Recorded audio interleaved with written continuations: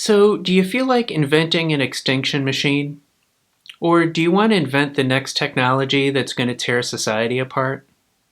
I think you can. There don't seem to be many rules here about what people can do. Human beings are amazing with technology. Our innovation has been nearly magical.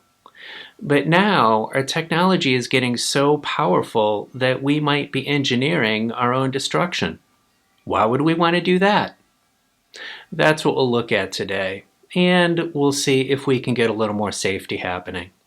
Let's dig in. This is the joy of saving the human race, where we try to get the world to cooperate. It's so the human race can avoid some urgent global problems that could mean the end of civilization and cause lots of suffering around the world. But also, we just want to have a good world that we enjoy and we can feel proud of. We are not just citizens of our own countries, we are citizens of the human race. Let's learn to manage ourselves responsibly. Let's help the human race act like it wants to last for a while. I think humans are awesome, and the human race is worth saving. There is no time to waste, so let's do this.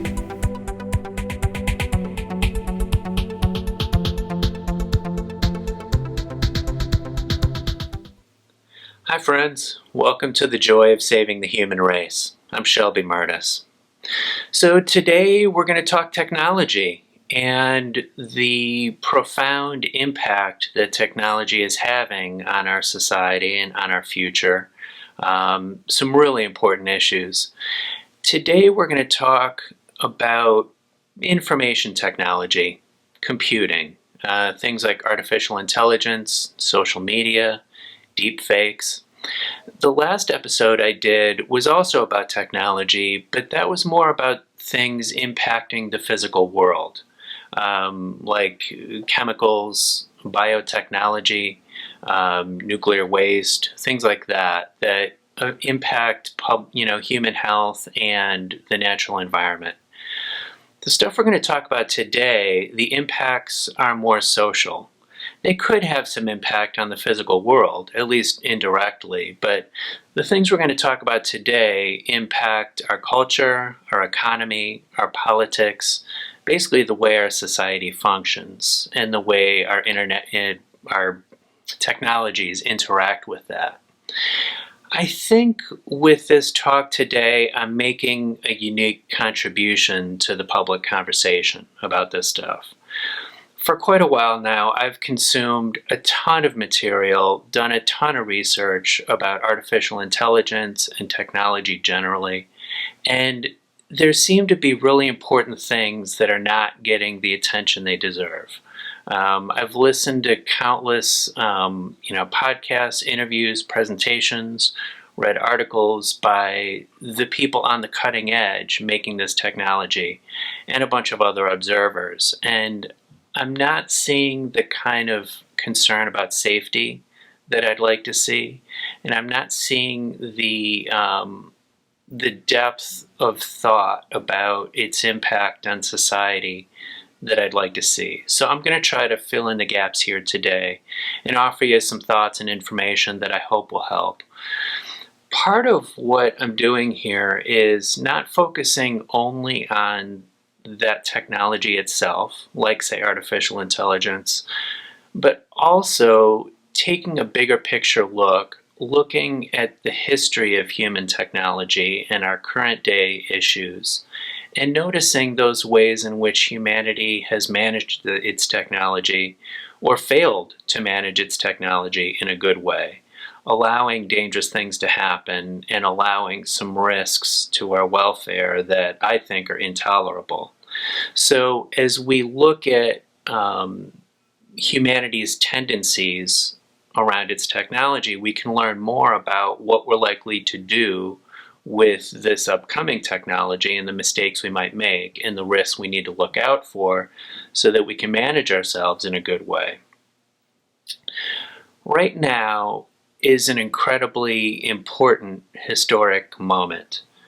Our economy and society are going through insane amount of transformation, and it's really on the level of the agricultural revolution that humanity had, a couple centuries ago, where people learned how to grow food, which then supported a booming human population. And then we saw the Industrial Revolution a couple centuries ago, which then was amplified by fossil fuels, and that created the modern society we see around us, with various products, transportation, electricity, fuels, communication, all this modern stuff that has led to unprecedented prosperity and this modern way of life is the Industrial Revolution. Right now, we're starting into two other types of transformations. One is the biotechnology revolution, where people are figuring out how to manipulate the building blocks of life in order to improve health and get things done. And even, with fuels, agriculture, other kinds of technology and products based on biology and life. The other is the digital revolution, or the digital age, which is computers and now the internet, and the many things that flow from that, and artificial intelligence, which we're now on the cusp of. I'm going to spend, I think, the greatest amount of time today talking about artificial intelligence, but we're going to talk about other pieces related to that. As we deal with information technology, I think this is a little more challenging to talk about and to consider than some other things which have a more physical impact on the environment or on our health. Like, things around chemicals or biotech, yeah, it can be complex, of course, but intellectually it's a little similar, because we can say, oh, that chemical, that's toxic, like, stop making that. Or that piece of biotech equipment, like, oh, that's dangerous if it gets in the wrong hands, let's control that better. The physical, tangible stuff, I think, is easier to get our heads around. But these things in the digital revolution are a little more elusive, because it's based on computer code. It's a bunch of ones and zeros that we can't see or touch. And computer code, most people don't know how it works, including our government officials that are in charge of regulating this stuff, and we in the general public reacting to these changes happening around us. So with all this, we have to work harder to think through the risks and what we want to do about it. As we consider how this might play out going forward, I'm seeing two possible futures. So considering future generations looking back at us at this important historical moment, one possibility is they see us basically waking up and taking control of our situations. The internet happened and computers happened, which gave us unprecedented tools and capability to understand ourselves. We had just an unlimited amount of information that made us all smarter and wiser. And we had computing tools that allowed us to analyze situations and innovate in good ways, like to fix the climate, to improve the environment, to manage our pandemic risk better, to make a better economy that works well for everyone. That this knowledge and tools allowed us to really wake up and do amazing things.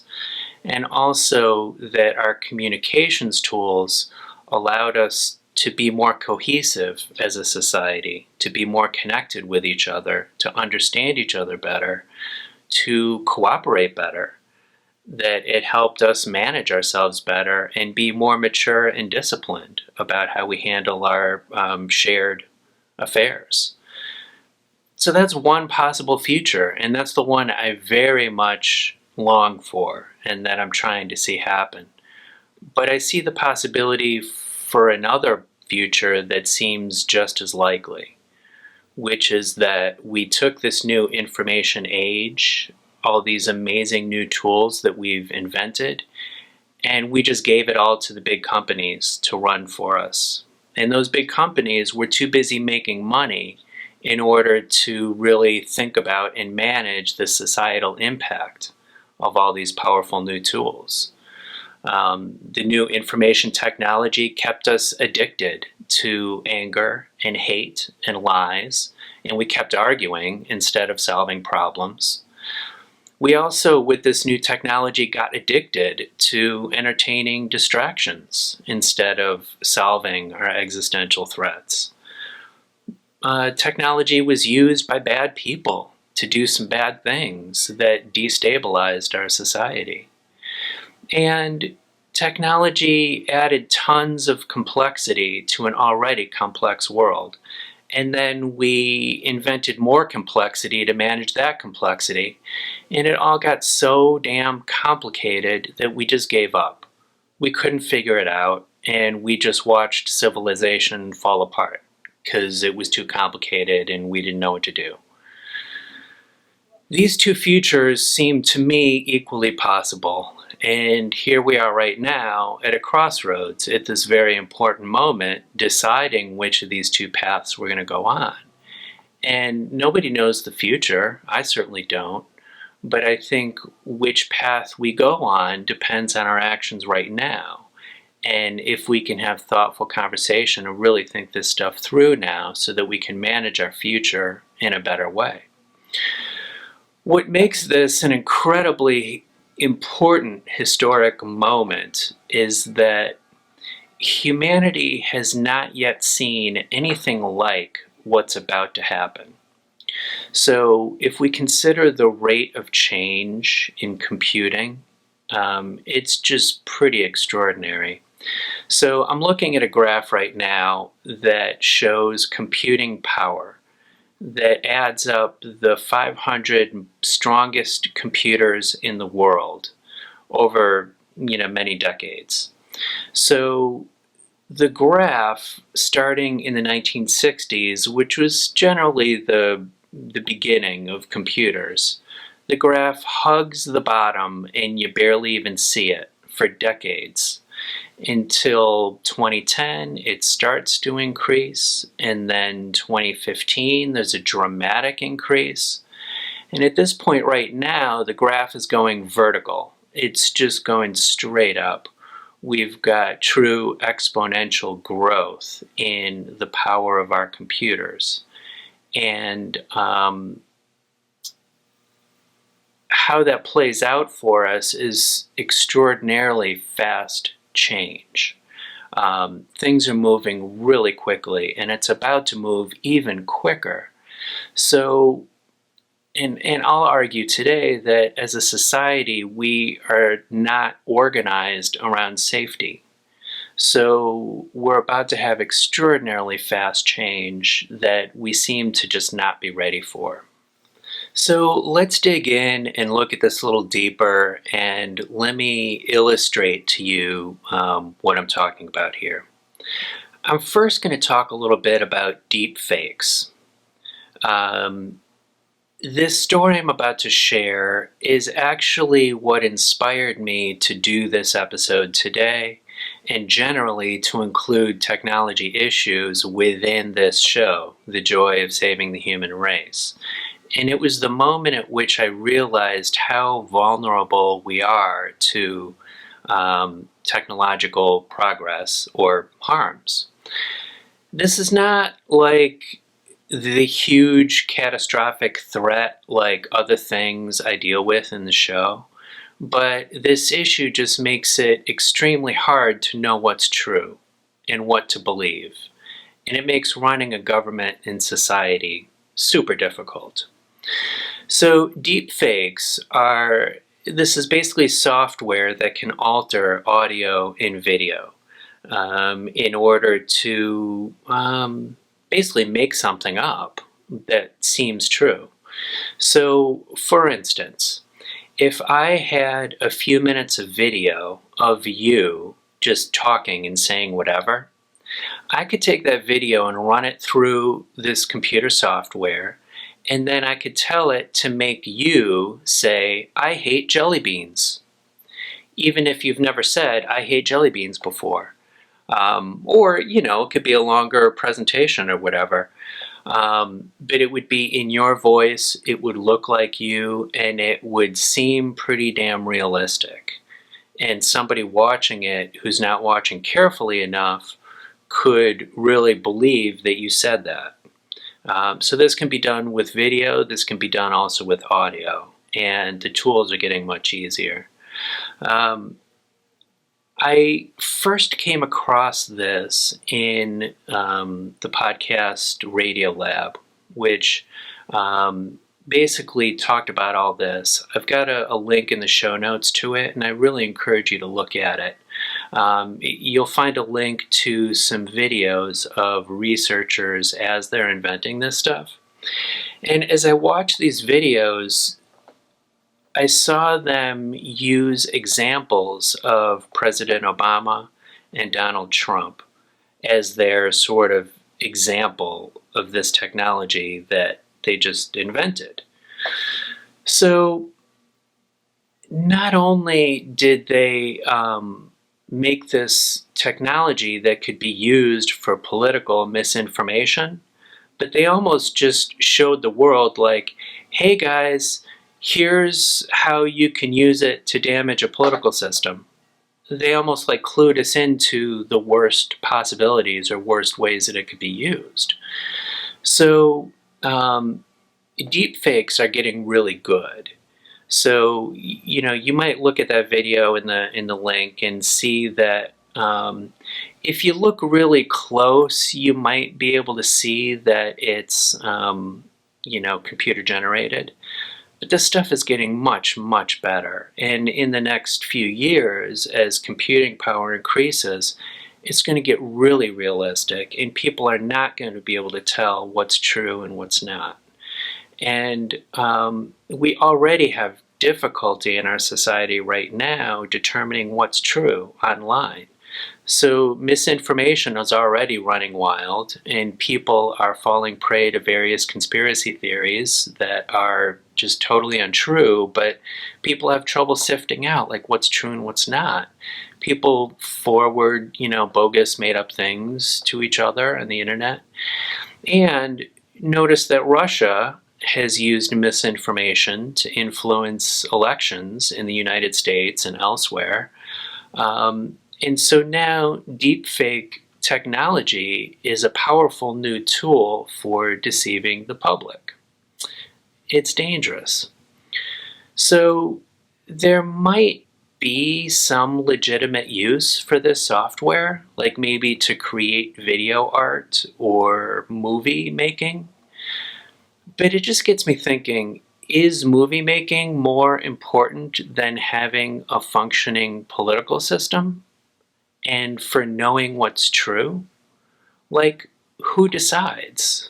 Like, why does somebody get to make software just that is for fun or creative entertainment, but not consider the damage to political systems? What if its inventors had not invented it? Like, just because something can be done doesn't mean it should be done and put out into the world. And so that at that moment of invention, what's happening there? Like, who gets to decide what gets put into the world and whether that's harmful or not? There's a lot of people who resist government regulation, who resist rules, because they say that freedom is important for innovation. Like, they want a hands-off approach so that people can innovate and create. But is their freedom to create what they want more important than my freedom or your freedom to have a functioning political system? Like, who is free and who decides, like, who's got the right to have a decent society, So, like, how do we balance those people's, right to make a technology versus my rights as a citizen? The bigger point here I'm making is not exactly about this piece of technology itself. I'd like us to use this as a comparison for technology overall. Um, as I looked at that video of the people who were inventing it, I saw very smart people. Like, they're incredibly intelligent with technology, but they seem to have no clue about the social ramifications of what they were doing. So they're quite good at computer science, but clueless about political science, or psychology, or sociology, or history, and apparently have not understood the way misinformation has been used across history to do bad things. So technology inventors may not be well-rounded people, and they might not be in the best position to understand the consequences of what they're creating. So we should consider, like, what if those inventors were surrounded by other types of people who had these kind of insights that they might lack? And then what if we as citizens could influence the situation? Like, why can't we have a say in how this plays out? Because we're all incredibly affected by it. So I just want to stop and notice that technology inventors may not be equipped to understand the impact of what they're doing. And it just seems like generally the way society is built right now, that people are allowed to invent whatever the heck they want, and there's no rules. So on top of this very shaky foundation, we're now inventing the most powerful technology humanity has ever seen. I'm worried. So next, let's talk about the internet and social media.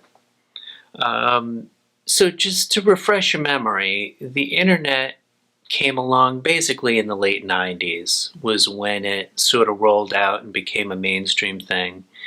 It was around for a couple decades before that. It was used by like computer geeks and some academics, but it was a very small thing. So it was only late 90s where it started to roll out and everybody started using it. So it's just a little over 20 years, we've seen an insane amount of transformation of our society with this technology. So it's completely changed the way that we work and the way businesses and organizations operate. It's changed the way we communicate with each other. It's changed the way we consume entertainment, the way we learn. Like, we have access, even with the phone in our pocket, to like all of human knowledge at our fingertips. It changes, the way we communicate, the way we work, the way we play, the way we manage our finances, the way we navigate around in the world. Like, all these things are different because of this technology in just 20 years. Things are moving really quickly. Now, we've also had some growing pains in that time, and even more recently. I'm not going to claim that we should not have the internet, because it has brought a lot of amazing, wonderful things. But I'm noticing, though, that the pace of change right now is faster than we seem to be able to handle. This is powerful stuff, and we have not yet adapted to it. So, like, when this all rolled out a couple decades ago, we were told about the amazing, tremendous things that it would give us. So we were told that it would give us more freedom and democracy and knowledge and make us all smarter. Everything will be better. We were told it would be this sort of democratizing, equalizing force because it allowed everybody to get in on this. In some ways it's done that, but also it's created a lot of imbalance where we now have enormous corporations running this show that are nearly monopolies, making enormous, like so many billions of dollars, and their CEOs are the richest people ever in history. those companies have an extraordinary amount of influence upon our lives and how we live it and what we do and how we communicate with each other. They didn't tell us that was going to happen. Also, we've got people now who are overstimulated, distracted, addicted to their technology, checking their email every 5 minutes, addicted to their computers, their phones, their pornography, their video games, their binge watching TV, addicted to their online shopping. It's changed the way people function in the world and changed people's psychology in a way that we didn't anticipate. And then on top of that, the last few years, social media has come along, and it was meant to bring us together and connect us and make us this big happy family. But it also, though, has left people feeling anxious, self-conscious, isolated, depressed. And now we're also in this moment where it's hard to know what's true and who to trust, because we're all being bombarded with this blizzard of information. It used to be back in the day that we would have to seek out information. You'd have to go to a library, you'd have to read a book, you'd have to go search for it. And now we've just got this onslaught of information coming at us from all directions. It's pretty overwhelming. And so in this sort of overstimulating environment, people don't know who to trust. And so it leaves people open to conspiracies. We've got QAnon happening and other conspiracies. There's people who just distrust all authority and all information, even basic science, which I think stems from people's inability to keep up with the blizzard of information and make sense of it.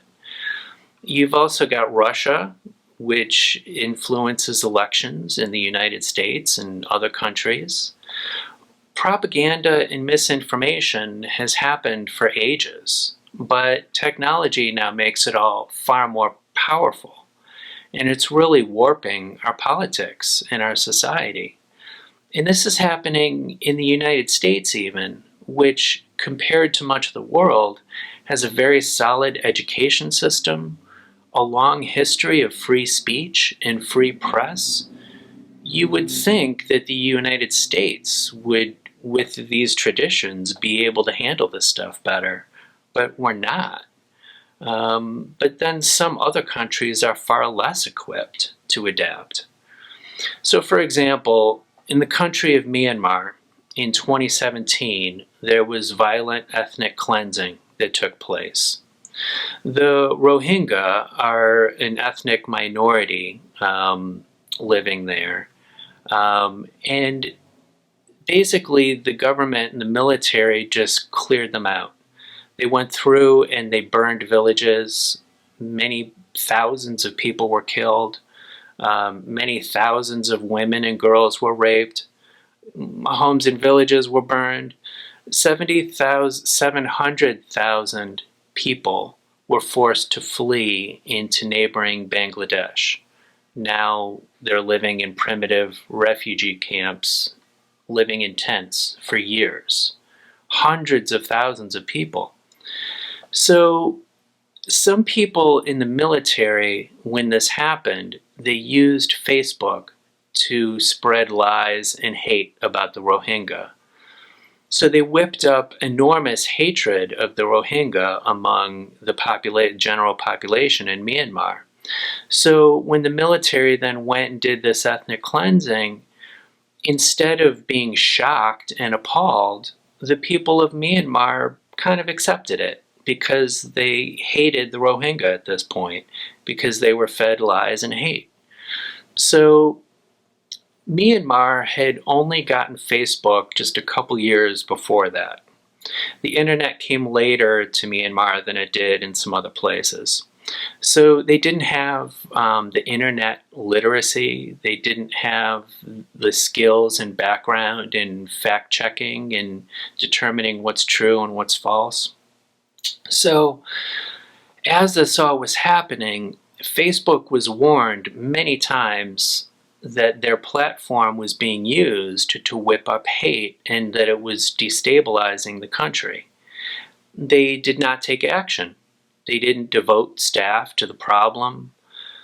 Since that, they have deleted some accounts, they've added some staff to monitor the situation, but it was way too little, way too late, and that horrible atrocity happened in large part enabled by these new technologies that Facebook offered.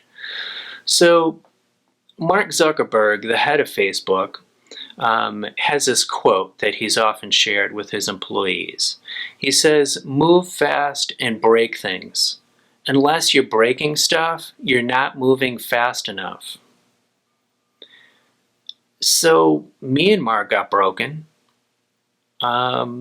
Among technology, he's not alone in seeing the world that way. It's that attitude of just gallop forward as quickly as possible and just mop up the consequences later.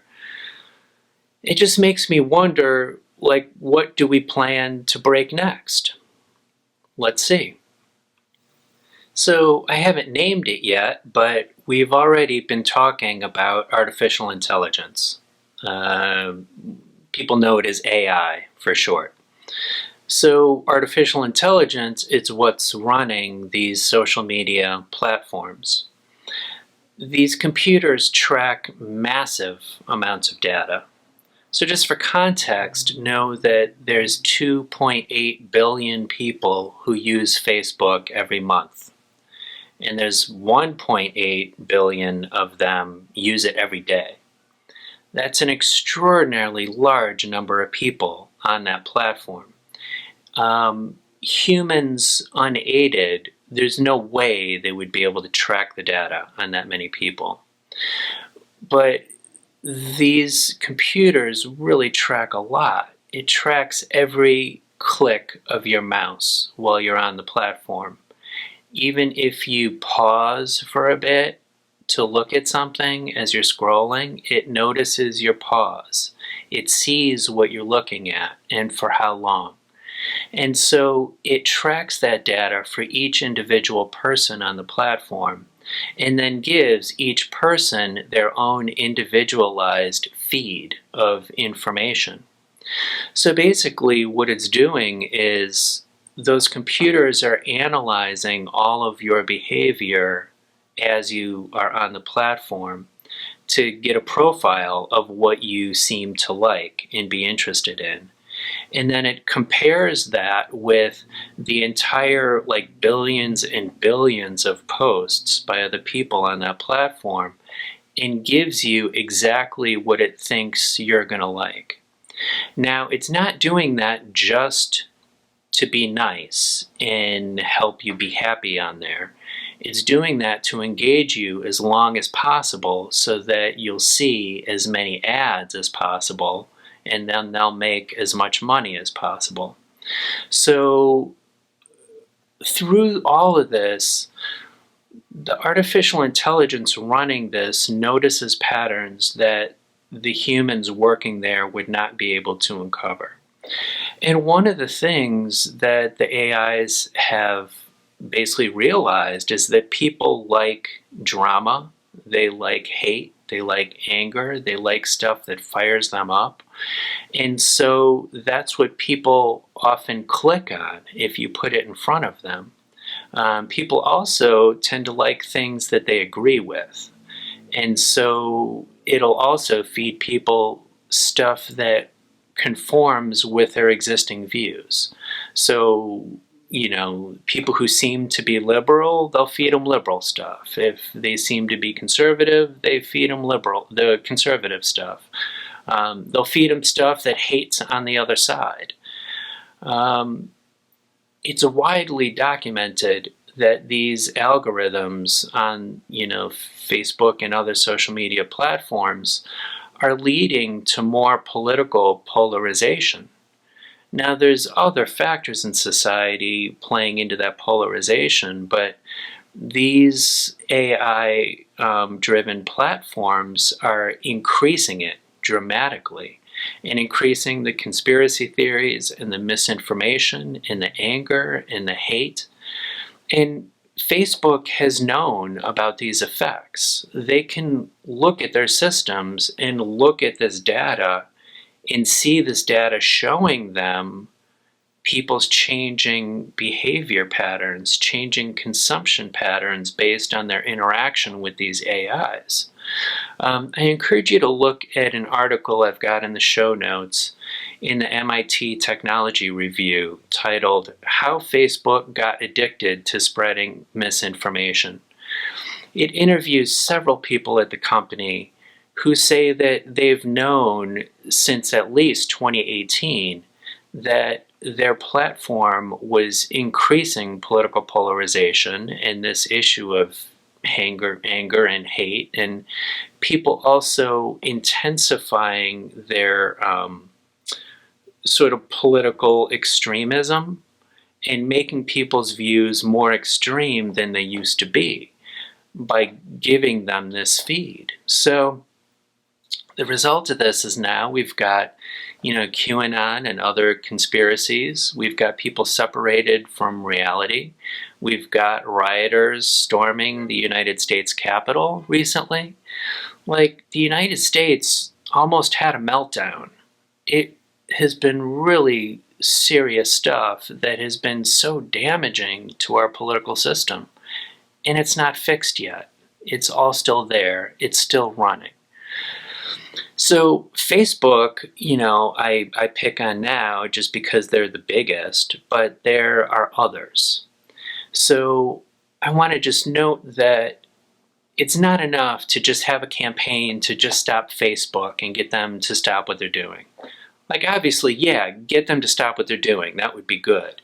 But that alone is not the solution. We need to change the ecosystem within which this stuff works so that it doesn't keep happening. Because you could just stop Facebook, but some other company will get big and take its place. And there's lots of other platforms, and it's always changing.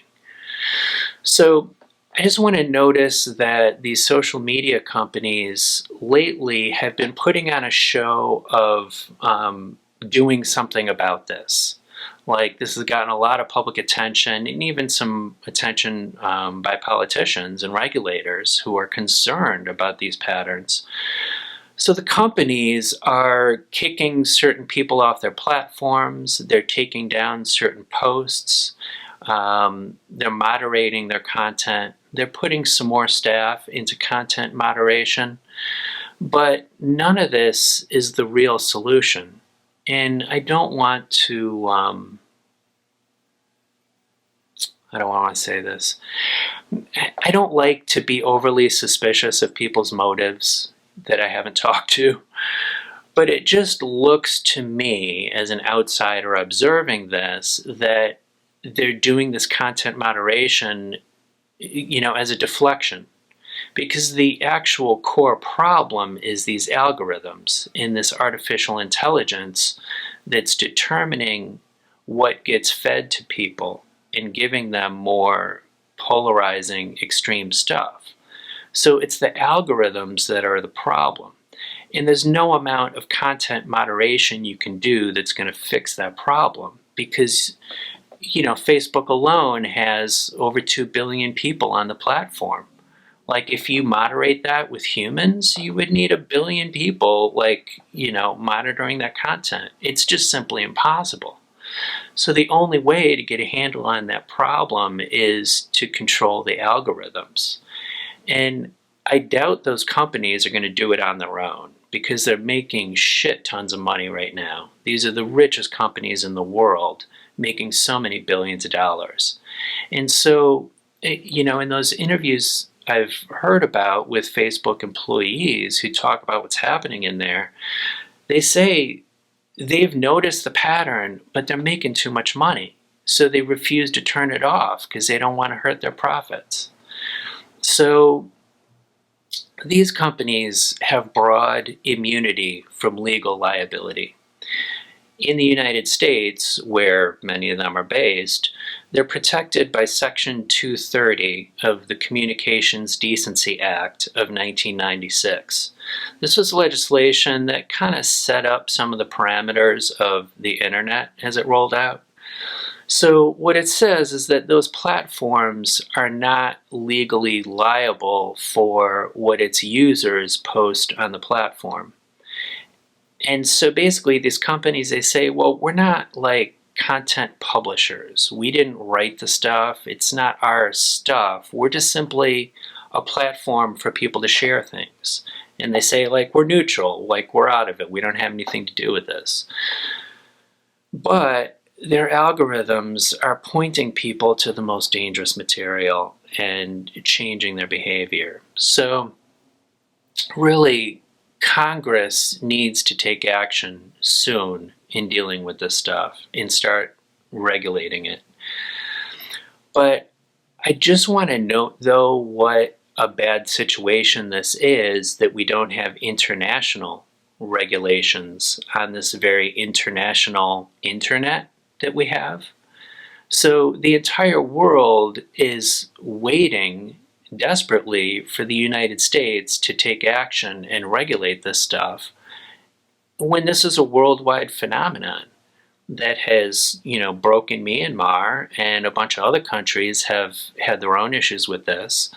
So really, there should be binding international regulation of this industry. That's the better way to go about it.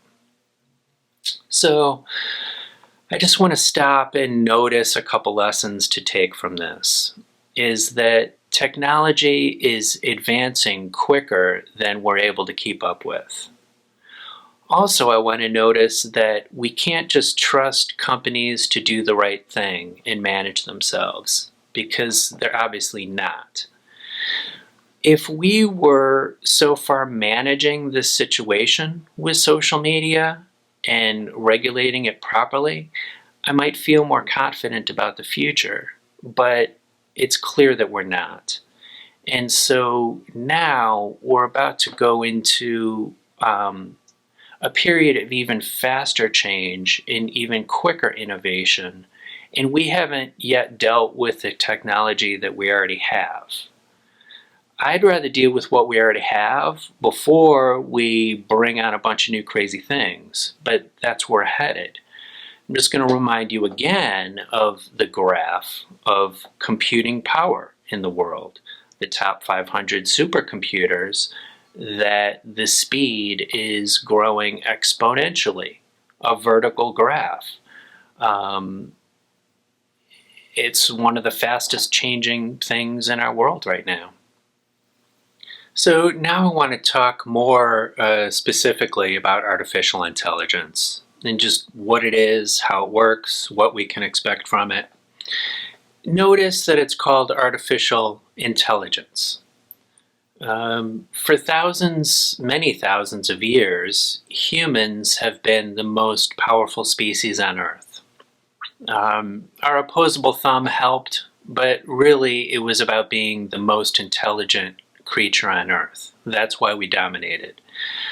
It's not because we're the biggest or the strongest or the fastest. It's because we're the smartest.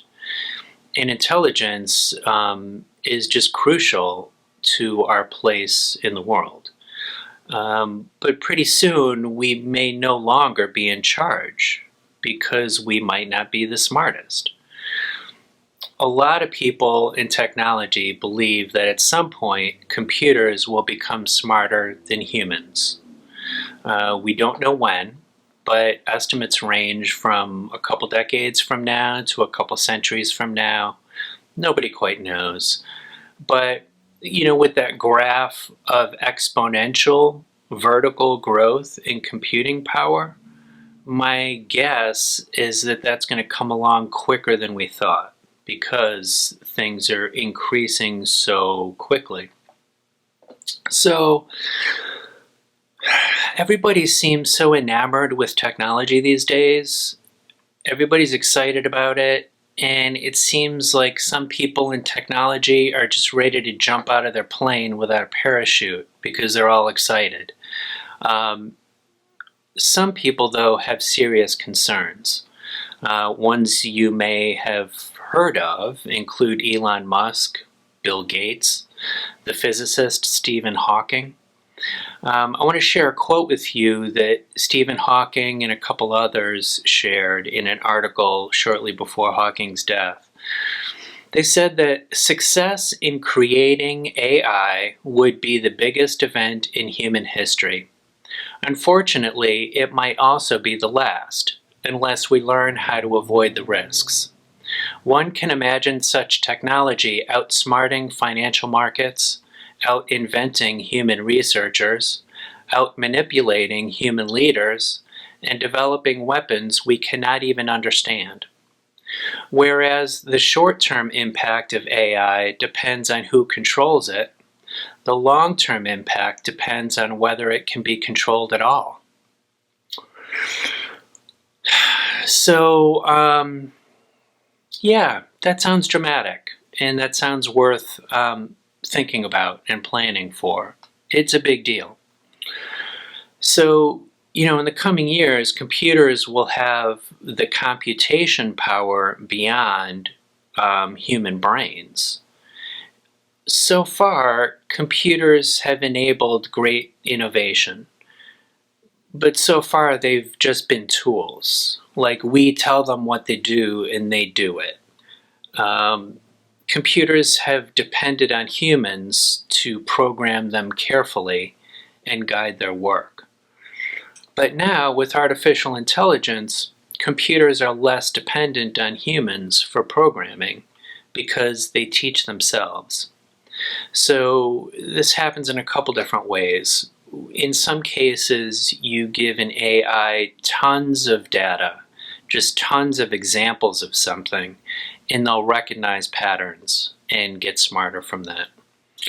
Another type is where you give it a problem to solve or some playground to mess around in, and they'll just try something over and over and over, and they'll improve from their efforts and figure out how to do it. So there's a lot of current applications right now. It's being used in facial recognition software, for self-driving cars, in medical scans in order to spot tumors or abnormalities. And often the scanning software spots things better than humans. AI is being used for translating languages, in internet search engines, like when you Google something, they're using artificial intelligence, and much more, a lot of different things. It's kind of tricky right now talking about artificial intelligence as a potentially dangerous thing, because right now it's being used for so many things, and even in a bunch of ads, you'll see whatever product is powered by AI, and it's the cool cutting edge tech thing that people are using. But in this field, there are many thousands of people working to advance and innovate and speed this along. And there's billions of dollars being spent on research. So with all this effort in the field, some AI will break out and become very, very powerful. So let me just give you some examples of what's happening lately, and then we'll talk about some future possibilities of how this might play out. So in 2017, the Google company DeepMind created this AI called AlphaZero. This program is better at chess than all of the world's best human players. Now, world champion chess players are pretty smart people. They're highly intelligent. They've been playing chess for years, sometimes their whole life they've been playing chess. And their knowledge is built upon hundreds of years of accumulated wisdom and strategy on how to play chess.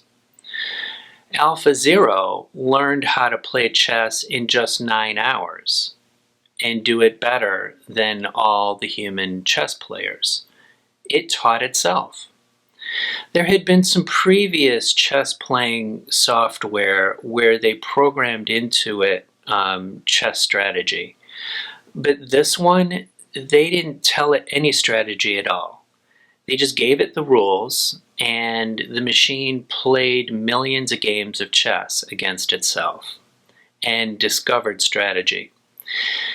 People who have played chess against this program say that AlphaZero plays chess like an alien. It just does things that humans don't think to do. And then the thing also plays shogi and Go. These are other games. I haven't played Go, but I hear that it's far more complicated than chess. So if this program learned to play chess better than any existing human in just 9 hours, how long would it take to learn your job? Maybe 10 hours? Like, we might have massive job displacement from computers like this because they can learn so quickly. So next, the company refined it and made another version called Mu0.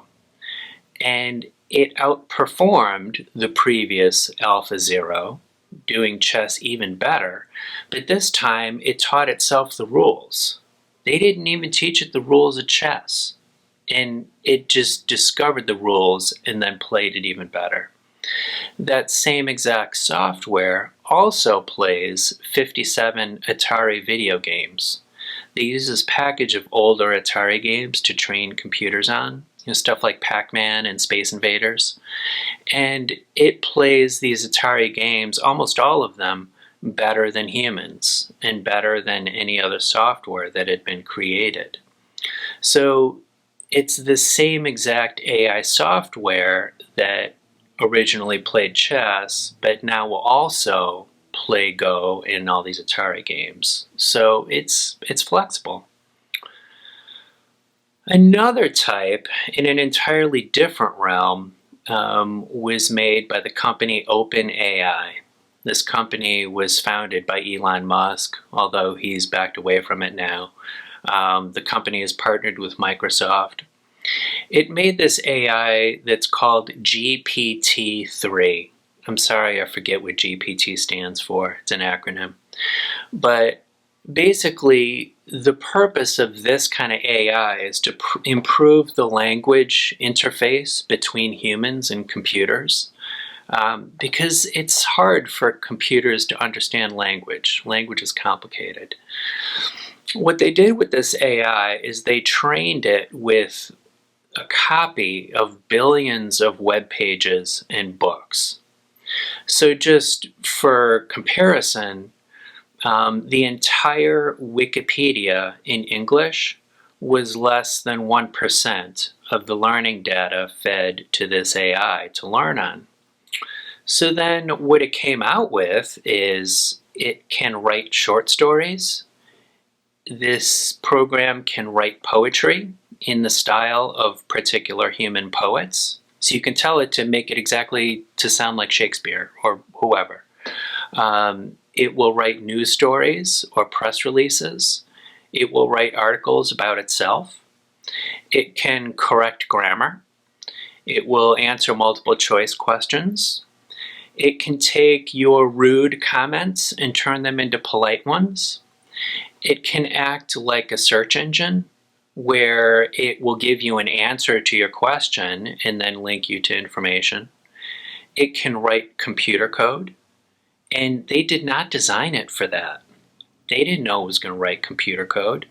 It doesn't write really advanced code, but some simple basic code it writes because it had access to a bunch of books on computer programming, and so it just looked at those books and now it knows how to write computer code. So this program, it's not all perfect. It does make some glitches and it'll write some language where you can tell something's like a little bit off. It's not always exactly as a human would write it, but it's pretty amazing and everybody's pretty astonished by what this thing could do. Some people, including the people at AI, have expressed concern about this being misused, because it could be used to impersonate other people, or it could be used to spread widespread information. So, right now, to put misinformation out onto the internet, I would need to write it myself. But using a program like this, it could just automate and amplify that. So I could have it write 1,000 different articles on a topic and put them all over the place on the internet, which could be a critical mass enough to really misinform people about what's going on. So these couple examples show a couple trends within artificial intelligence. Some types of AIs are very focused. They're good at one type of task and they do it really well, way better than a human would.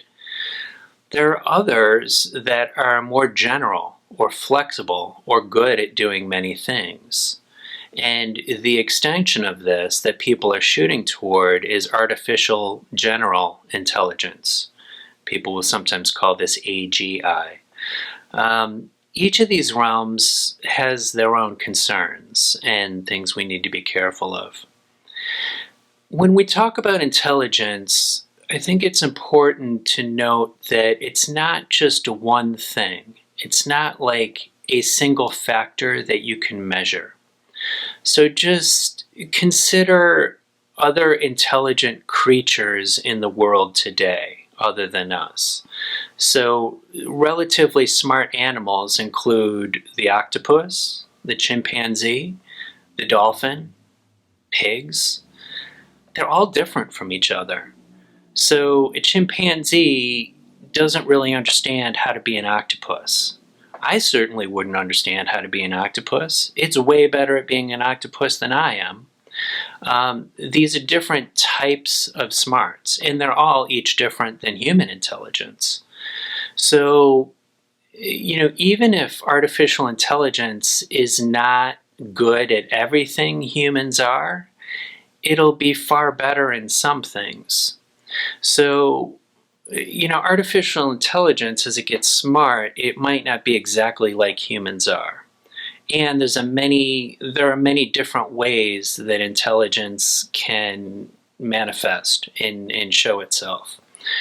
But so I just offer that a little bit. I'm going to oversimplify slightly, though, to make this point, that just consider the moment when computers reach human intelligence. At that point, they're going to be on this exponential growth of computing power that's already happening and quickening. So that vertical graph, at the point at which it reaches humans, it's not far after that it's way beyond humans because it's increasing dramatically. Now, computing power isn't everything. Like, there has to be software, and there are some innovations in creating AIs to manage things and be smart and learn and all that.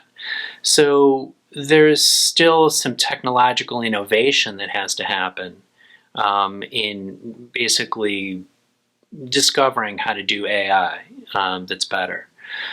But computation is a huge part of this, and computation is growing rapidly. So AlphaZero and GPT-3, they taught themselves things that people didn't quite expect, and they just did it with tons of computation.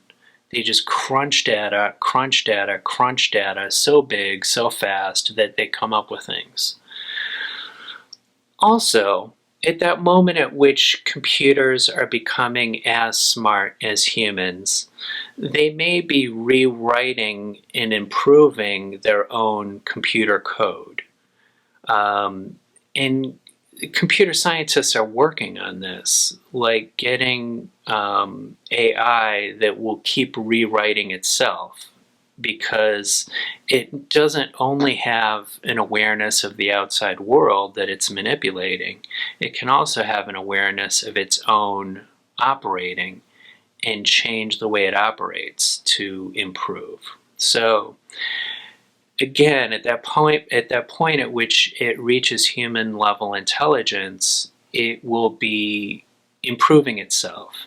And it may also be inventing better hardware for itself to run on, because it may develop an awareness that, well, if you change that chip or change that wiring, it can run faster or whatever.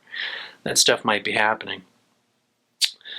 So, yeah, right after human level intelligence, superhuman level intelligence might happen quickly, and the speed of that might surprise us. So we should get ready for that. Also, I just want to notice too that, you know, people in these conversations, they often talk about what's it going to be like when there's computers that are equally smart as humans. But like, that doesn't seem to be the point. Like, these people inventing it, they're going for the superhuman. They're going for the capabilities that humans are not able to do. Because otherwise it would be a silly waste of billions of dollars to come up with computers that simply replace a person. It would be far cheaper to just hire a person. So really, like, what people are after is that superhuman intelligence capability. And with all the resources and people working on it, I have a feeling they're going to pull it off. So as this all advances forward, there are millions of ways this can all play out, and nobody can accurately predict the future. I'm just going to here offer some potential scenarios on what the future might look like.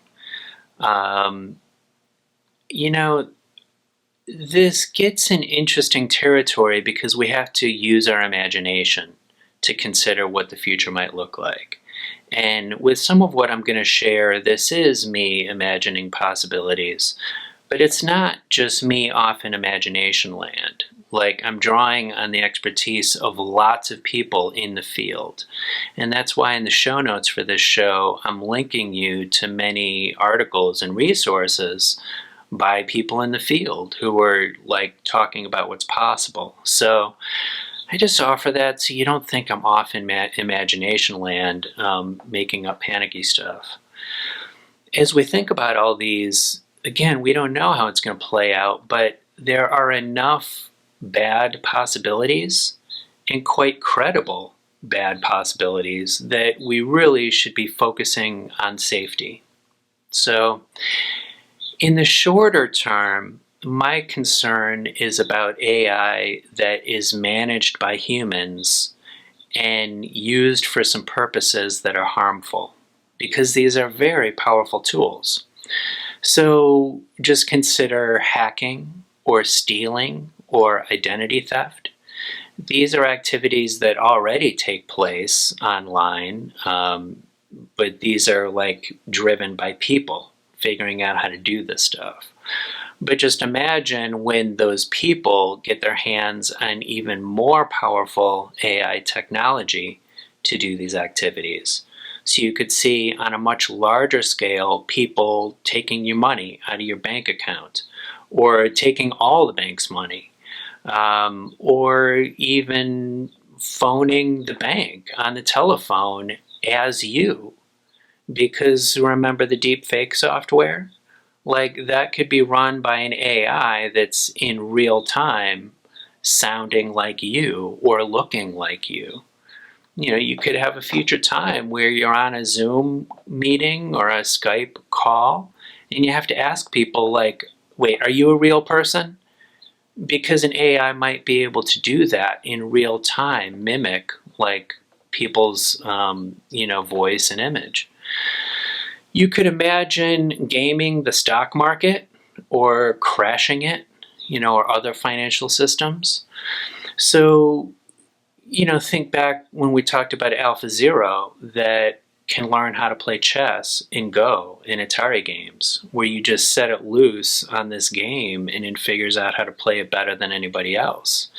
A stock market is really just like a big game. It's got rules of the game, and there's a lot of transactions and trades, and I have a feeling AI could figure out how to do that. So it could really distort the stock market because it would no longer be this, what do you call it? People see it so far, the stock market, as an assessment of the economy and the future and risks and the strengths or weaknesses of various companies.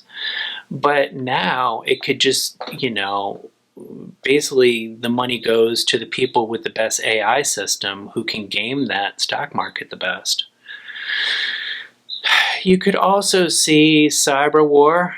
Cyber warfare is already a growing concern because especially larger countries have this capability to use electronic means to mess with each other's infrastructure systems, power grids, shut down hospitals, shut down governments, shut down banking systems, hack into each other's systems. Cyber warfare is already an issue, but imagine what happens when it's powered by insanely strong artificial intelligence that can size up a cyber situation in another country and just figure out a way in to manipulate it. You could see some crazy stuff. We also could see self-guided weapons. This could be the new arms race between countries. There's a strong incentive for countries to use this in the military because artificial intelligence may be able to react more quickly than a human can and with fewer mistakes. And it just offers better reaction time. AI also might be able to handle the complexity of the battlefield because in a battle situation, you've got so many actors, planes flying around and tanks driving around and all the troops and the communication between them and who's doing what where and the supplies and all this stuff. Warfare is very complicated. So people might use artificial intelligence to make those kind of decisions and to plan strategy. But what can happen though then is that we have technology deciding like who lives and who dies, who gets bombed and who doesn't.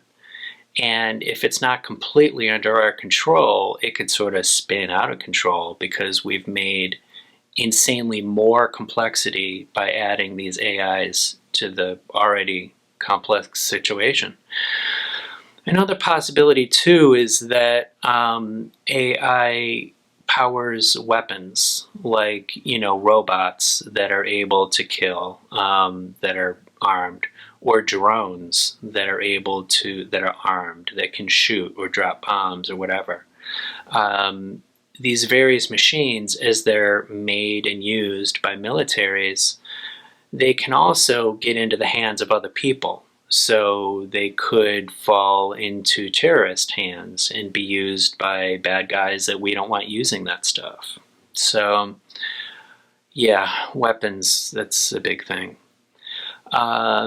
You could see AI used by dictators or autocratic governments controlling their population with heavy surveillance and heavy infiltration into their privacy in order to keep their political control. We also, with artificial intelligence, could see massive addiction. So with our technology already, like I mentioned, we've got people who are addicted to checking their email, they're addicted to binge watching TV, they're addicted to pornography, they're addicted to video games, they're addicted to online shopping. Just imagine a future where artificial intelligence knows you better than you know you. So in the way that the Facebook and social media algorithm knows what you're likely to click on and will even make it more extreme. Imagine things like when AI is powering a virtual reality entertainment space that is tailored exactly to you and is immersive, and not only just like a video game where you see stuff, but it's got sounds and feeling and all five senses, and it's immersive. Like, this stuff could be so addictive because it could be far more interesting than real life. So addiction has always been an issue for humans. I mean, you've had alcohol forever, and tobacco and various drugs and whatever. There's always some people who are more prone to addiction, but I think with these technological tools that are about to come along, we're going to uncover vast new frontiers of addiction that we've never seen before. And it's possible that that could be on a scale that is a little destabilizing for society when so many people just sort of check out into like this unreal entertainment space. So as we consider the ways in which artificial intelligence might be misused or misused in harmful ways, it's important for us to notice like who does what and what their incentives are in this space. Part of what inspired me to do this episode today is listening to an insane number of interviews and presentations by people in the artificial intelligence field who talk about AI safety purely as a technical issue to be solved. Like, as we invent it, if we just engineer it well enough and tight enough that it'll handle the safety for us. But in these so many conversations, people are not realizing the social forces and the economic forces underlying all this that will get in the way of safety. So for instance, just consider companies that are involved in making or using this technology. Companies want to make money. And we've just seen throughout history that money can corrupt people's good judgments. So corporations and the economy in general are not so far designed for long-term thinking. Like already they're willing to destroy our climate and environment to make profit. So if they're willing to make these poor choices for our long-term future in order to make money, it's hard to believe that everybody's going to just naturally want to do the good, safe thing, especially if there's a lot of money to be made. And another thing with companies too is that these might end up as tools that are just sold to the public. It's just like powerful software that you can buy and use for things. So even aside from that company's intentions, they might just widely distribute it so that anybody can just buy this and then do really creative, weird, damaging things with it. So, and then that company says, well, hey, it's not our fault. We just made it. It's not my fault that, so-and-so did it to do a horrible thing, and sort of wipe their hands of responsibility. Other players in this mix include governments, who have their own psychological issues and their own parameters. So, governments might be in this arms race to be the quickest to come up with this technology, especially for military purposes and for weapons. So they might realize the dangers, but they're afraid of the other guy getting it first, and they think they need to have it either, to outcompete the other guy or to act as a deterrent against the other guy. So, consider nuclear weapons in our past, where even all the people inventing those nuclear weapons were really afraid of the power of the technology they're making. There were some who even thought that they were going to blow up the whole atmosphere of the planet because they didn't really know how powerful this was going to be until they tested it and blew it up. But they did it because they were afraid of the other guy. They were afraid of Hitler. They were afraid of Japan. And so they just did it anyway.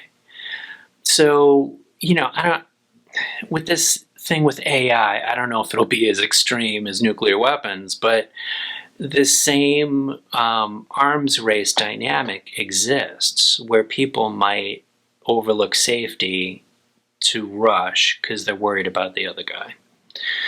And then with governments, they might develop this stuff believing that they can keep control of it, that they see themselves as a good, responsible steward of this technology. But times change. So you could see a country develop it, and then someday down the road, they've got a president that's mentally ill and has emotional problems. And, with recent history, we can see that seems pretty plausible. And also governments may not be able to control it, or even companies that invent it may not be able to control it. Like, it might leak out. Somebody might steal it. They might hack into it. They might get bribed to make a copy of it and give it to somebody else. So when it's created, you can't really control who's going to get their hands on this stuff and how they're going to use it. So these are the dynamics around safety that have to get talked about. And so making artificial intelligence safe, it's not just an engineering issue. It's like a social issue. We have to get our politics and economics aligned around this stuff, or else we're going to get very dangerous outcomes. So all those concerns and possibilities I just shared are more like about the shorter term. But longer term, there's the possibility as these computers get smarter than humans, they might get out of our control. They might not do what we want, and they might be smarter than us, which causes a lot of difficult situations. This stuff is like weird to talk about. It feels strange to me to talk about it because some of this can sound outlandish because we're speculating about a condition that has never existed before. So we're having to guess what it might be like and use our imagination on what it's like. So it's hard to wrap our head around it. But lots of people in technology know that these dangers exist. So I'm trusting them, and we got to just work with this. So, the things I've talked about so far sound a little crazy, but it gets even more crazy from here, kind of like science fiction. But, just a comparison, imagine if we could time travel back to the 1950s or 1960s and talk with people then. So they were really excited about their new technology. They were making plastics and chemicals and cars that did all these amazing new things. It was an innovative time. So what if we went back and we described to them the environmental and climate nightmare that we're facing now, where, we've got the sixth mass extinction happening, our ecosystems are falling apart, we've got climate change that could cause 2 billion people in the world in the next 50 years to have to migrate or die because it's too hot. We've got COVID-19 and probably more pandemics to come. Like, if you went back to the 1950s and 60s and told them about this, they'd say, "What? You're crazy. There's no way we can damage the whole Earth. Like, nah, that won't happen. You're crazy. You watch too much science fiction."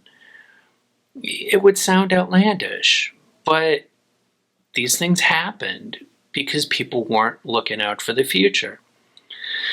So that's kind of, I think, where we stand right now, is like where people were in the 50s and 60s with their new technology. Now we've got ours, and we have to think about the future and imagine what's possible. So as all this plays out, there's going to be incentive for people to make AIs that are more and more general, because it's more efficient than having lots of individualized AIs for single purposes. If If you could just make one and it does 100 different things, that's a more useful product, and people are working on it. But as they become more versatile, they're going to be able to do more things that we didn't anticipate. So just remember back to that GPT-3, we didn't know that it was going to write computer code. There's going to be surprises. As this all plays out, these super smart computers may not align with our goals. They might not do exactly what they want. So the programming could be imperfect, because these are highly complicated systems and its programmers don't fully understand how it works because these AIs are learning themselves. And they could make mistakes on these very powerful tech tools. There also could be miscommunications between us and our AI systems. There's miscommunication between people all the time. So it's hard for me to imagine that communication would always be perfect with an AI system. So it might simply misunderstand what we want and go off and do some other thing because it didn't understand us clearly. And then we also don't know if these systems are going to act in an ethical way, because ethics are hard to program into a computer system. But ethics in a computer system are incredibly important if they're smarter than us and they're super powerful and have lots of capability. More on that ethical issue later, pretty soon. But some of this misalignment is not going to be that it's trying to be mean or evil or something. It's just trying to pursue our goals, but we've stated our goals poorly, or we just haven't programmed it well enough. So you could imagine things like the AI does things to avoid being shut off because it wants to keep pursuing the goal that we told it, or in order to meet the goal, it steals money or acquires money or energy to grow its capabilities so that it can meet the goal. Or it lies or kills people in order to meet the goal because they're standing in the way.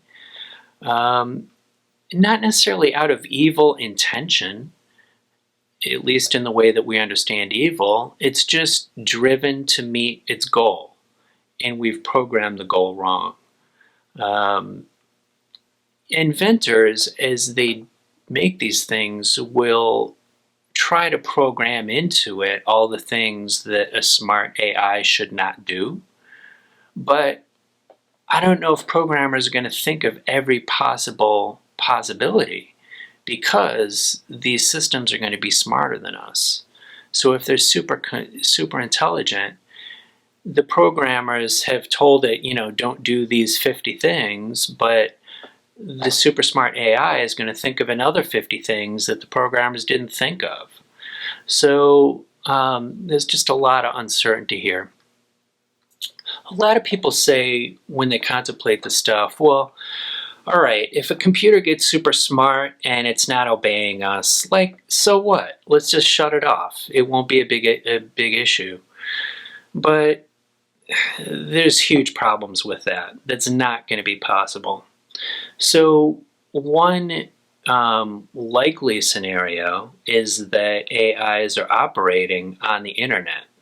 So it's not just software on an individual computer sitting in a box in a room. It's out there on the internet operating and doing things. So, currently researchers coming up with these artificial intelligence tools, these powerful ones, there's this general agreement they have to not connect it to the internet.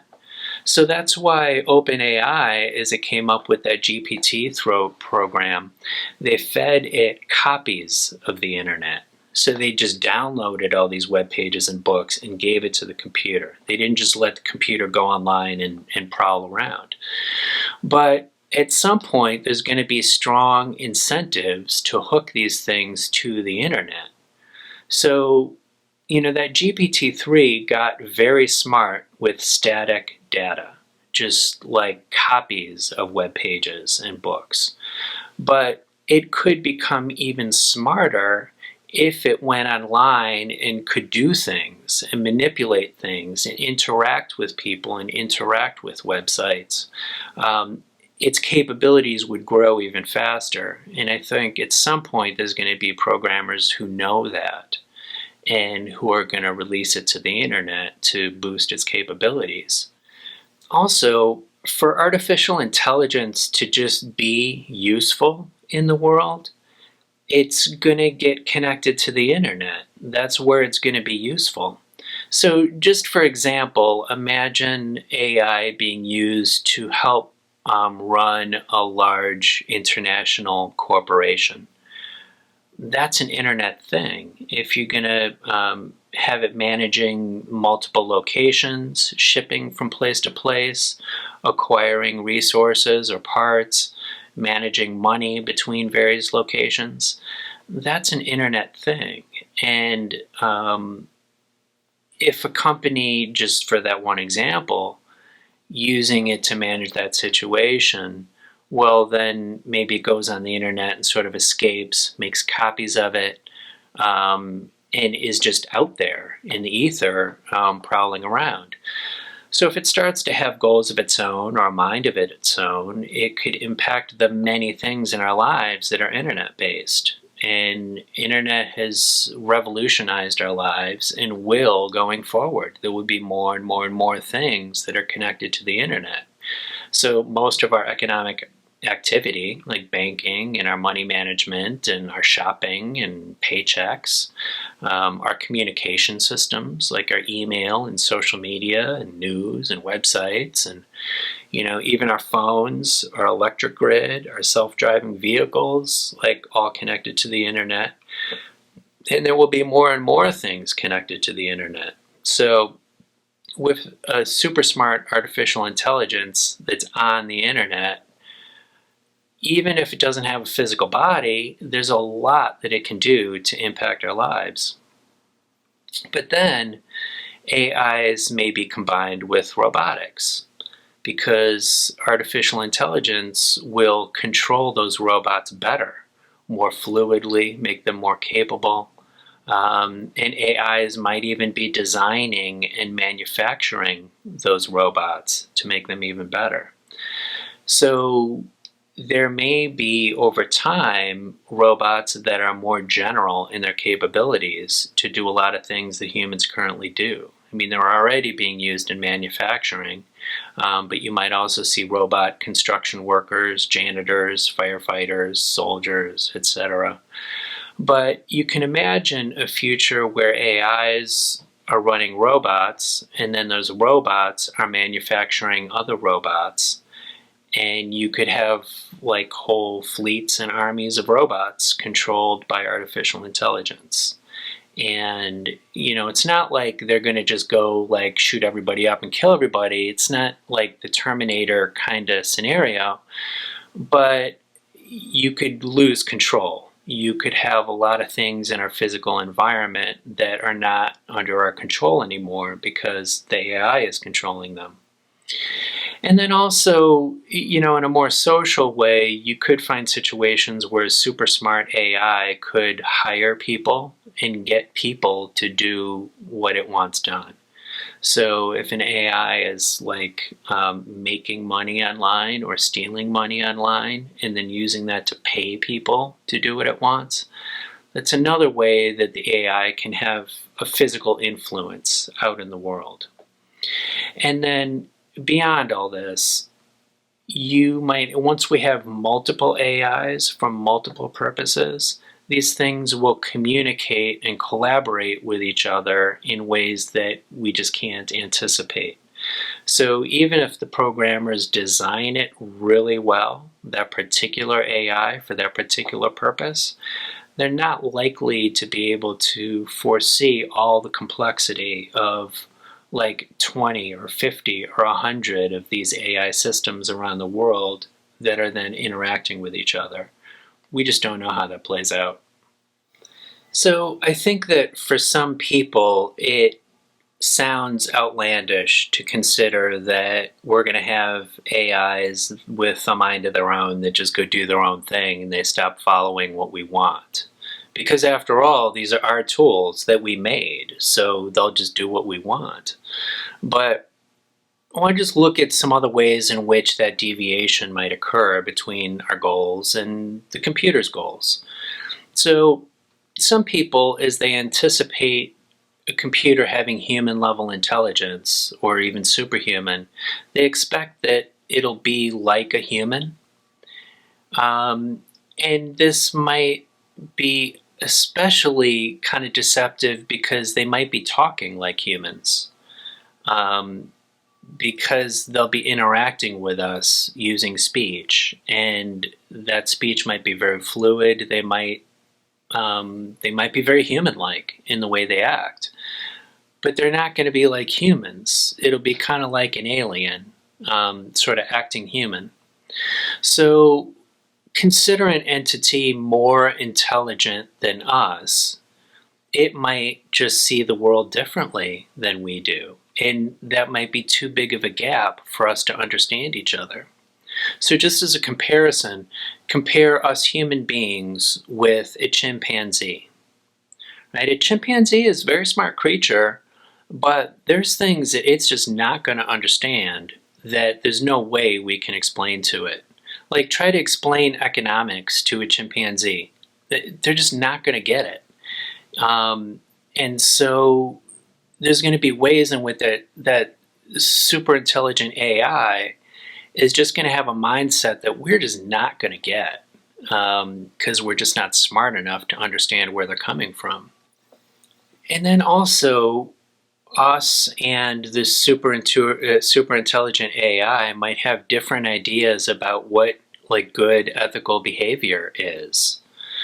So I've heard a lot of computer science folks get upset about news articles in the mainstream media where they'll include a picture of an evil robot with it when talking about artificial intelligence. And they say, that's not realistic. That's not how it's going to play out. And I agree with that. I have no reason to assume that AI will naturally be evil. But then there's also no reason to assume that it will be good, or have empathy, or understand our ethical point of view, because it won't exactly hit a human-like state. It'll be something different. It may not be conscious, or maybe it will, but it's not going to be human. So our intellect, just straight intellectual ability, maybe you can program that into computers because it's based on logic, and logic is like a set of rules. But our emotions and empathy are way more fuzzy. I don't see a way to program that. That's much harder. And even if you could, then there's decisions on how much empathy to program into it. So if you programmed it with lots of empathy, it might just kind of sit there and do nothing because it doesn't want to risk hurting somebody's feelings. Or, on the other end of it, you can imagine a company CEO telling the programmers of it, fuck the empathy. I need it to be ruthless and go make money. We don't want the empathy. Make it powerful. You've got all these different, it's a spectrum, and we don't know where to fall on that. And humans are all different. Each one of us has a different ethical structure and a different idea of what morality is. So which human would we model it after? Would we model it after me, or you, or the guy down the street? Or which human are we picking as the ideal ethical human? And I'm not sure if there is an ideal ethical human, because we're all filled with contradictions, and there's no one that's purely ethical. Part of this difficulty with programming ethics into a machine, to me, comes even from the field of philosophy, where there's a whole subsection of philosophy about ethics. People in this field, like, the debates still rage on about what's the best ethics. Like, this isn't a settled issue. It's not like there's one single truth that we've uncovered on what's the best ethics. And that's even maybe the people who have studied ethics for their whole life, like, don't have it all settled. Everyday humans are a little more challenged. So it's hard to believe that a computer would be more ethical than us. And I think if it's going to have powerful capabilities beyond what humans have, it makes that ethical issue even more important, because they could do an incredible amount of damage if they don't have a sense of ethics. But I don't see really what's the ideal ethics even, like, that you would program into it, even if that was possible. And, like, who's going to be in charge of programming the ethics? Like, the computer scientists sitting at their desk making this machine is going to be equipped to design ethics into it? Like, should we trust those deepfake inventors we saw earlier, where they made the videos of their new creation using Obama and Trump in Misinformation, that had no clue that they were destroying truth and democracy? Like, should we put them in charge of designing the ethics for our powerful AI? I think we're putting a little too much trust in our computer programmers to get this right. And, I don't anticipate that they're going to make it like humans, because we don't even understand how our own brain works. Like, knowledge is growing, but there is a huge amount of mystery about the human brain and how we tick. But say, for instance, you didn't have to program it in.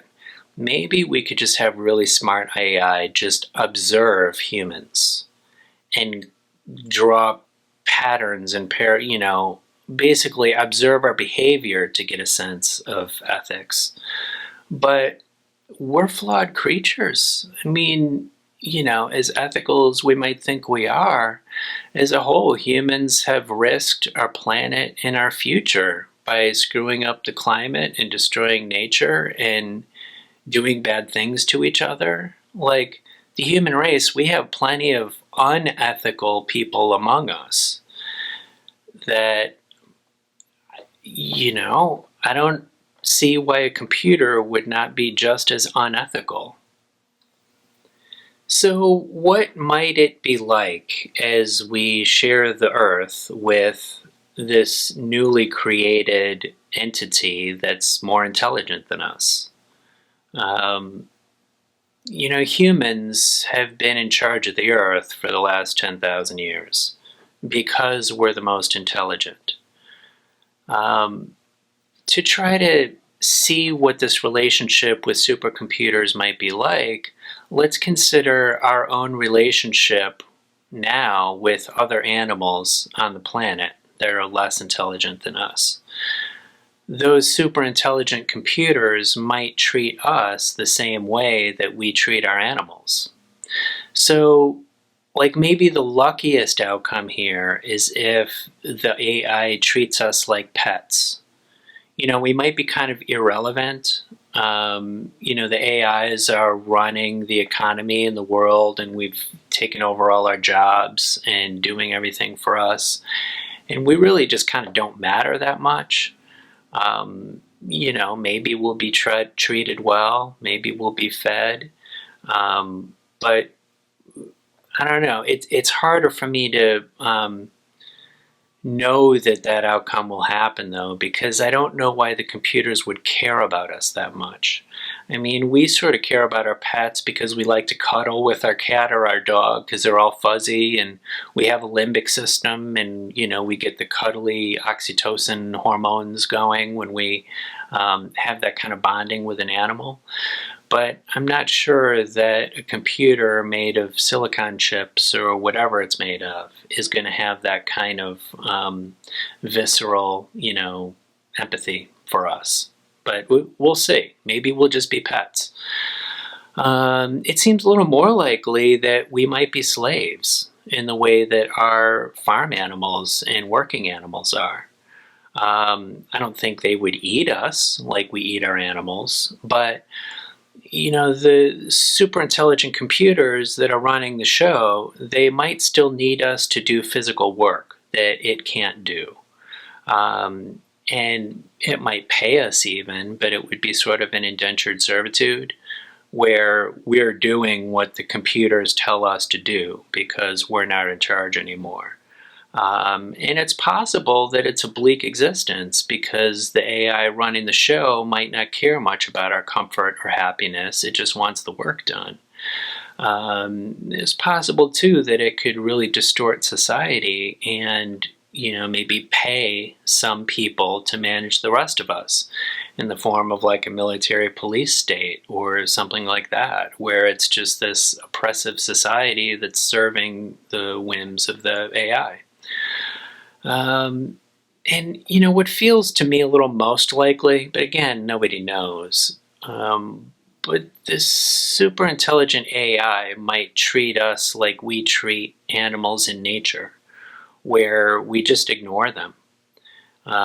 They just happen to be in the way, and okay, they might just go extinct, but it's not like we tried to make them go extinct. It just, we were busy doing a lot of things and we didn't really pay attention to them. So, as a comparison, I think back to a while back, I was visiting my parents, and I mowed their lawn for them. It's a big chunk of lawn, and it's a riding lawnmower that I used. They're kind of a rural place, has lots of toads all over the property. There's just toads jumping around all over the place. And as I mowed the lawn, I know I killed a bunch of toads. Now, it would have been impossible, for me to get off the mower and go and sweep the toads out of my way to make sure I don't hit any toads, but I never would have got the lawn mowed, and I had to get it mowed. So I killed some toads, and I'm a nature lover. I'm not trying to hurt toads, but they were just secondary to my goal of getting the lawn mowed. And in a similar kind of way, we might just be secondary to whatever goals this AI develops because it's a different sort of consciousness and intelligence than us, and we can't really understand it, and we're irrelevant. So I don't know. Who knows which of those scenarios happens, if any, but they all strike me as possibilities. This other kind of scenario I've settled upon as I think about the future, potential misalignment between us and the AI. What if things just stop working and we don't know why? So I think over the coming years, we might get very excited about artificial intelligence and what it can do for us, because it can handle complexity, and we have a complex world. And it might do things faster and more efficiently, more profitably. And so we might give control to AI for many things in our lives, like our communication systems, our financial systems, transportation, electricity grid, other infrastructure, might all be run by artificial intelligence. And it might get really intertwined into our economy and our way of life, and the way that fossil fuels have, where we've been using it for so long that it's very hard to get off it, or the internet, totally intertwined in our life. Just imagine if we shut down the internet for a day. If we just said oh gee, the internet isn't working right, we got to shut it down and fix it so y'all don't have internet for a day. like it would be a total shit show. Like businesses would close for the day, like people couldn't get anything done. They couldn't communicate with each other. They couldn't navigate. They couldn't like do anything. Like billions of dollars would be lost. It would be a hit to our economy to shut down the internet for the day because it's so intertwined in our lives. So when artificial intelligence becomes so embedded into our life, it might be hard to simply shut it off. So we could also like have these things running the show, but nobody knows quite exactly what the AIs are doing because they're smarter than us. So even the people creating these systems may not understand exactly how they work, but they're working and they're making money, so just let them have at it. But we could just have more and more complexity happening. So then, at some point you've got vehicles crashing, power outages, money gets lost, the food doesn't get delivered. Like things could start going wrong, but we don't know why they're going wrong because it's all run by the AI. And also, over time, people may forget how to do things manually because we've let the AIs run them for so long that nobody knows how to run a train system without an AI, or, the systems for the electricity grid or the internet or whatever. Like it's been run by AI for so long, like us humans, we don't even know how it works anymore. So, in the way that, like, imagine a future where it's all driverless cars and everybody forgets how to drive. But then that system goes kaput because the AI has some different goal than we do, and we're not understanding how it works anymore. So at that point, we might see things going wrong and know that continuing forward down this path is risky because things might go even more wrong. But it might be hard to step back because then we'd be stepping back into a time that's less technological. A bunch of people lose money, and it's a lot of work to undo all this. So that's a possible scenario that kind of worries me, is just this sort of boggling complexity of it all. And if that happened, that in itself could become a catastrophic risk by crashing our economy or our political systems. Or it could just simply be a huge pain in the ass, and it's an enormous distraction from managing the other catastrophic risk that we have. So we stop managing our climate or our pandemic preparedness or whatever else because things are melting down around us, and it's all getting hard to manage. So those are some possible scenarios. I don't know what's going to come true. You don't know what's going to come true. You might have your own possible scenarios you can think of, but we got to start thinking this stuff through. Let's step it back to right now, right here, at this moment, with the choices we have in front of us, and what do we do about this? Just think, who is actually in charge here? Like, are we in charge of our future? Are we actively choosing this path, or are we just letting it happen?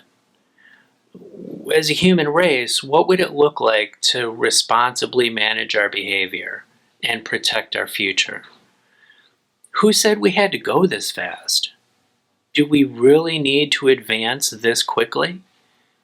This whole thing with artificial intelligence, do we have to do it right now? What if we just waited for a while until we have our shit together and we figure out the safety and figure out the policy and the governance and the systems to do this stuff in a responsible way? Do we have to do it right now, this moment? These are all legitimate questions. As we figure out all this stuff and figure out how to do our technology in a good way, there's some challenges in front of us within our culture that we're going to have to manage. Part of all this is that some of the effects of this technology are years in the future, and people in general are not good at planning ahead. So, we're always faced with like right now problems. Like you look in the news and there's a whole bunch of emergencies happening, and that's always the case. Always, how it is. And so, in the middle of our right now problems, it can be tricky to look out 2, 3, 4 decades ahead and imagine what it's going to be like and avoid the challenges of the future. But what if back in, say, the 1980s, people started to take climate change seriously? When it first emerged, that people realized that was a possibility. Like we'd have a completely different world, far safer and healthier than what we're about to face, if people had thought ahead.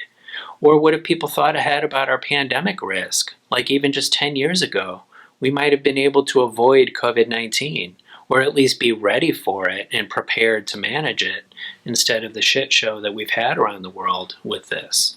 Because people did not listen to the scientists that were warning us about it. So we collectively just have to think about our future and manage it better. And really, change is moving faster than our understanding of it. So these risks will come quickly, faster than we anticipate. And some of them could just blow up at any moment. So we really got to get on this. Another problem in the public conversation around this is that just some of it sounds crazy. Really, it sounds like we're watching too many science fiction movies.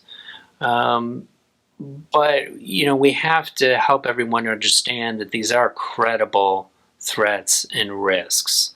And it's not just a bunch of scary imagining things. It's by credible people in the field who are warning us of these risks. Another thing in our culture is that people idolize technological progress like it's a religion. People are just fascinated by this stuff and like have to have the new gadgets coming out, and it's all cool and it's exciting. And, our tech leaders are kind of put on a pedestal. And a lot of people just don't want to slow progress because they think this progress is cool. So we're going to have to push back against that. In order to have people also understand the risks at the same time. And I think in many cases we do need to move slower than we have been and put safety in place. Another challenge in dealing with all this is that it's highly technical. Most people don't understand how it works. So including politicians who are in charge of government regulation of this stuff, or just normal citizens like us, even the people involved in creating artificial intelligence don't always understand how it works. So it's very technical and complicated, and it'll take some work to do this conversation in public in a way that everybody can understand. But we got to do that. We also need to use society's expertise and our smart people in new ways. So, among computer scientists or other kind of scientists, there are so many employed in tech companies that are like pushing the innovation forward. And we don't have enough of them working on, say, governance and policy and safety mechanisms. So it's almost like if we compare this to an automobile, we as a society are like pushing the gas pedal full throttle. We need more people at the steering wheel and applying the brakes so that we can stay safe as we drive into the future. So my intention here as I offer all this stuff is not to like make you depressed and scared and go away frustrated. Our goal here is to fix things. And so I've got some ideas I want to share with you, some possibilities that we should consider that might help us have more safety in all this stuff. So one, I admit people will see as naive and outlandish, but I think it's worth considering. If I could wave my magic wand, I would have a moratorium on artificial intelligence research, at least for a couple years. Just like, hey, programmers, take your hands off the keyboard for a couple years. Just stop what you're doing. Let's all have a conversation about safety and policy and how do we put systems in place to do this stuff safely. It's so incredibly powerful that we have to get this stuff right. And we're just like pushing forward so fast before we've thought it all through. And we're about to have dangerous things happen. So let's just pause for a little bit till we figure this out. I'm not claiming that humanity should never invent these technologies, but we got to do it right. Let's just slow down and do it right. Also, as we manage this stuff, I want to see much stronger regulatory systems that place rules and place boundaries on what people can do so it doesn't just spin off into a bunch of dangerous directions. But I want to not have just a bunch of cumbersome bureaucracy in the way that some of the worst bureaucracy of our governments has been. Like, we need agile regulatory systems that are flexible, that can keep up with the fast pace of technology. And, you know, this whole realm we're talking about, it's different than a lot of other parts of government because it's just brand new and it's different. And so this is all really an opportunity for us to experiment with our governance and how governments operate and come up with some new kinds of systems that work differently and are well suited to these threats. So one possibility that came to me is I got to thinking, what if the United States had a cabinet-level Department of Existential Risk, or a Department of Catastrophic Risk, or whatever you want to name it, and a similar, congressional committee on existential risk that focuses on this stuff. And obviously, other governments around the world, we would want to have a similar thing. But doing something like that would help us build a political and policy infrastructure around these issues. A lot of this stuff is still very new, and so we don't have robust governance systems yet in the way that we do for like education or health or commerce or other areas of government. And so if we had a Department of Existential Risk, it could handle things like artificial intelligence and technology, but even some of the other risks that we face that cut across policy issue areas. And really, departments and legislative committees and whatever focused on this would be a way of considering the future. Like in our important policy debates, let's give future generations a seat at the table, so that they are represented. And instead of all this short-term just like running from emergency to emergency, we've got a planful process for considering what's going to happen potentially in future decades and manage that risk. All this kind of stuff with regulation obviously should happen internationally as well. Because like we've said, these are worldwide issues, and it's silly to rely on just country by country trying to regulate this stuff. And that would happen within the United Nations that is well-funded, well-staffed, and has the authority to tackle the big important issues. And so really we need to revamp the UN and have it work in a more robust way. What I'd like to see happen very short term is have legislation in the US and many other countries that puts certain things off limits, at least for now.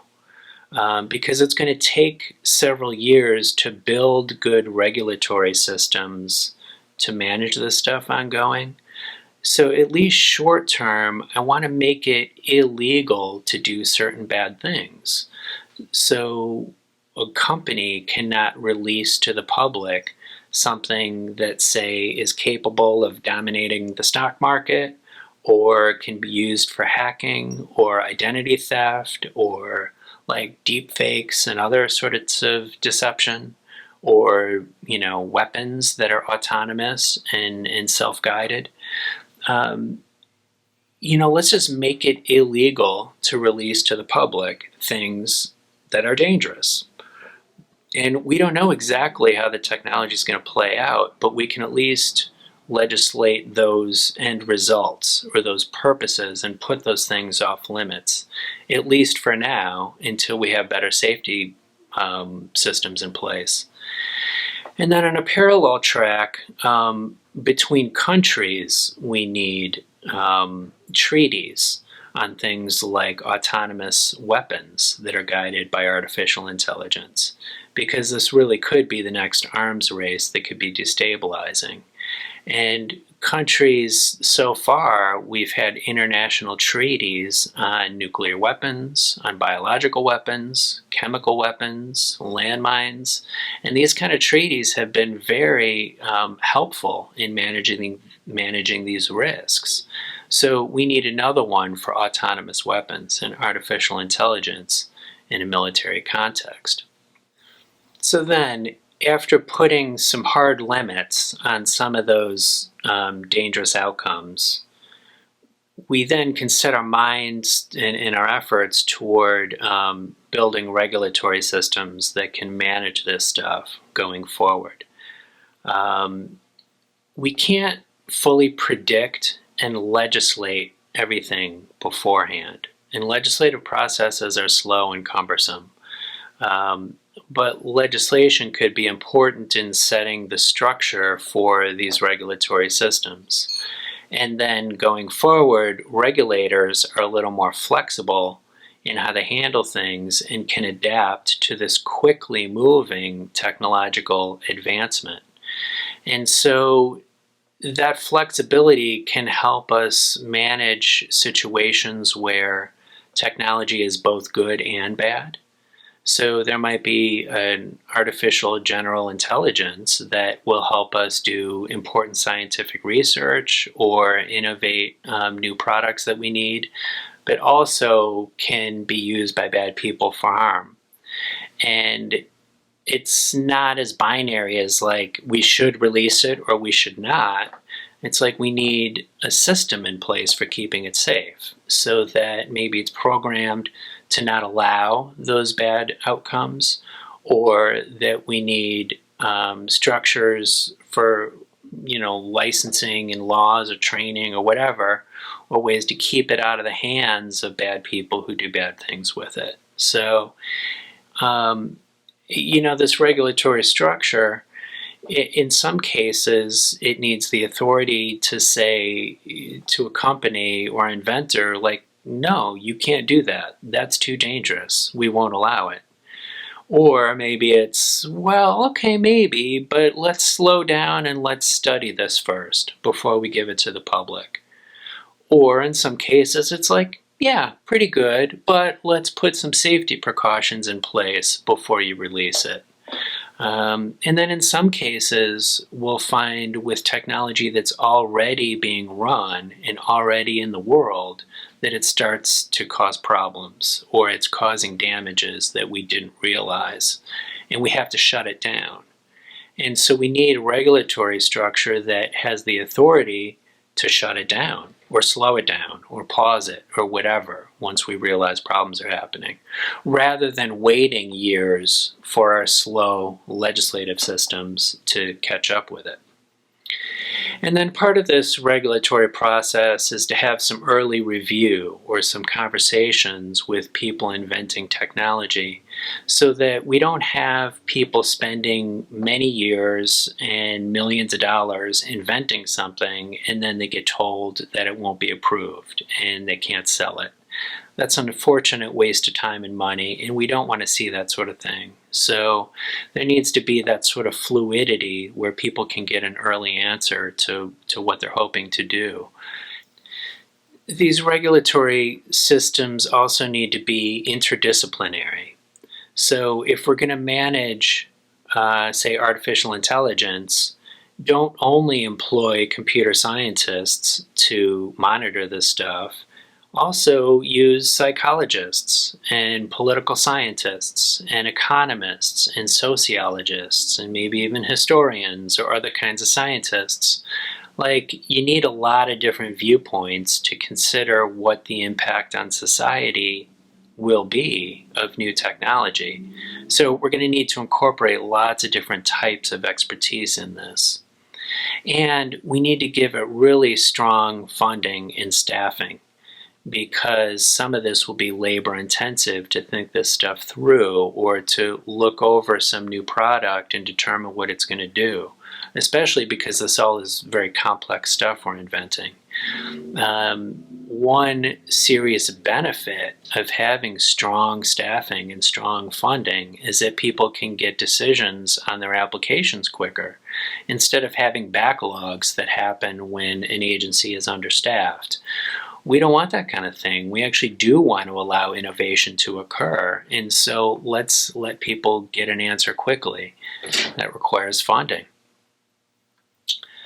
These regulatory boards or agencies should have regular citizens involved, people who are non-scientists, non-technical experts.